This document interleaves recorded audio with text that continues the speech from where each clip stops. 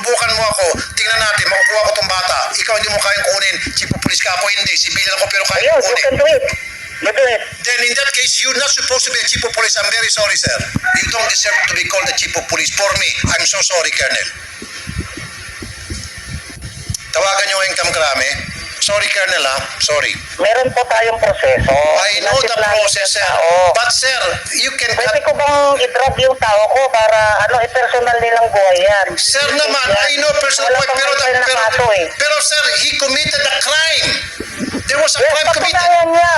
Then, sir, Meron tayong proseso, Mr. Tulfo. a crime was committed, then you are responsible to your man. Proven.